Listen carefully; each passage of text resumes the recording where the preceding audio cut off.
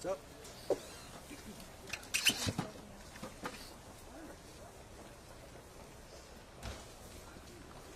GOP committee members walking out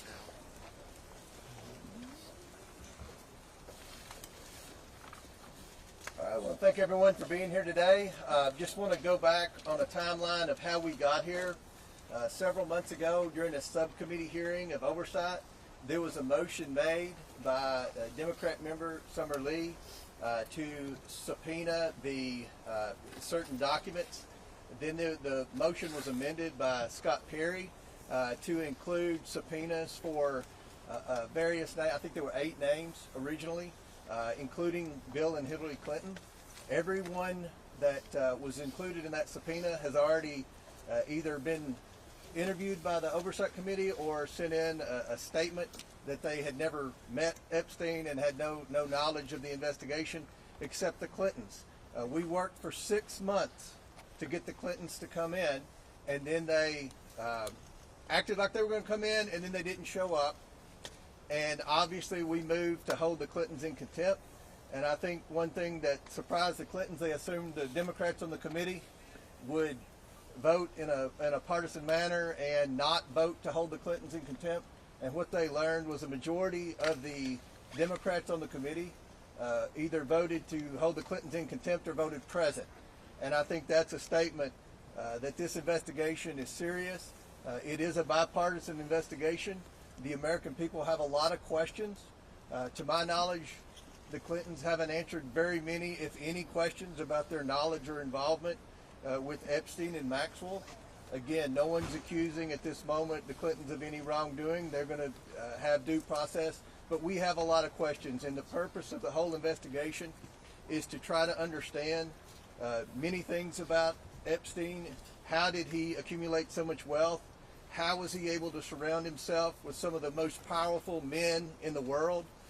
Was he an asset for our government or any other government? These are the questions that we're going to ask over the next 2 days, and hopefully we'll be able to get some answers. And as always, we're going to release the transcripts. We're going to release the video as soon as everyone has approved it.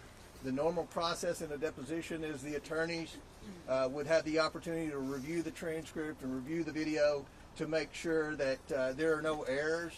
And this is going to be a long video because this is going to be a long deposition. Today will be a long deposition, I would assume, and tomorrow will be an even longer deposition. Every member of the Oversight Committee is going to have questions for the Clintons, as well as our trained staff that do nothing but deposition. So after our hour of questioning, we're going to send a couple of members of the Oversight Committee out to be able to give you an update of what's going on and answer some questions. So with that, we'll answer a question or two, and then we'll go back to Mr. Comer, can I ask, Mr. Comer, are you concerned that there has been a cover-up of sexual abuse of a minor by President Trump? There are missing FBI records that appear to be. No, we're looking into the accusation by the NPR.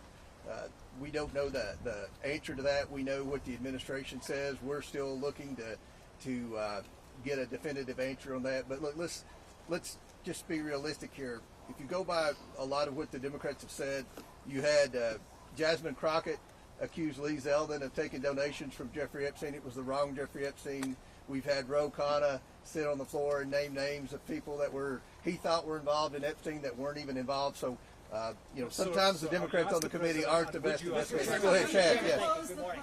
What about the idea, though, that I understand you say that this is different with some of the members or some of the people who were subpoenaed who didn't have a direct contact?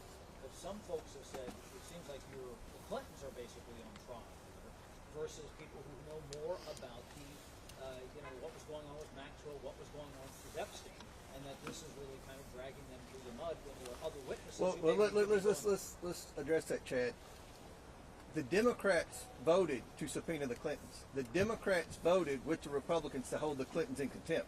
So the Democrats have just as many questions for the Clintons as the Republicans. So this isn't a partisan witch hunt. This was a motion, a bipartisan motion supported by the Democrats to bring the Clintons in. So I don't think it's any type of being unfair in any way to the Clintons.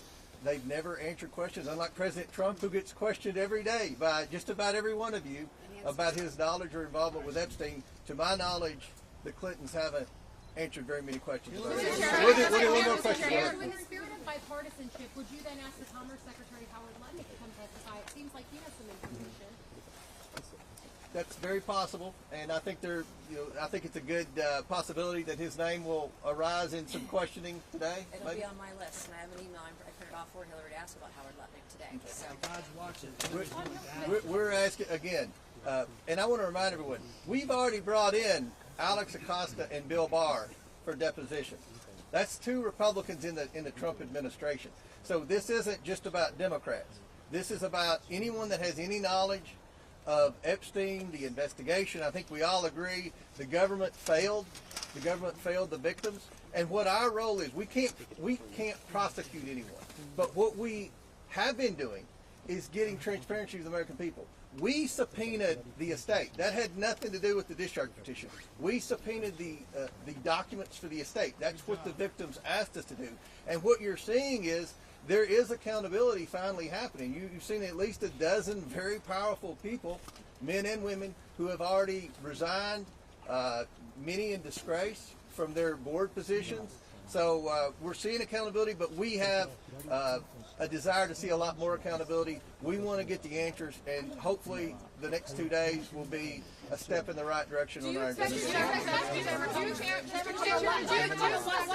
One more and then that's it. Nothing said. I mean, Hillary Clinton has said she has links to Jeffrey Epstein. She doesn't recall meeting him. So, what specific information do you believe she has that warrants her testimony? Well, you'll see. I mean, we're going to ask a lot of questions, but with respect to when you look at all the co-conspirators, and we've all seen the unredacted documents, Maxwell was the main co-conspirator. No one brought more women in and lied to more women about what was going to happen with their involvement with Jeffrey Epstein than Ghislaine Maxwell. We know that obviously Maxwell was a guest at Chelsea Clinton's wedding. There weren't many people that went to that wedding, so again, we're not accusing Hillary Clinton of wrongdoing. We know that Jeffrey Epstein said many times in emails that he was the first person to raise money for the Clinton Initiative, the Clinton Foundation, that he solicited money at some of his properties for the Clinton Foundation. Again, that's not saying anything illegal, but there are a lot of questions pertaining to Secretary Clinton with respect to Epstein and his involvement in the Clinton Initiative and her relationship with Ghislaine Maxwell. So we'll come out every hour when we get finished, and different members will update you and answer any questions. Thank you all. Why weren't the Clintons forced to go to Washington at taxpayer expense? No way to get the money. Thank you. It didn't seem like Hillary's quicker here. I didn't see it come on. Go. Yeah, you go. Never saw it come on, man. See a big rush out. Every hour.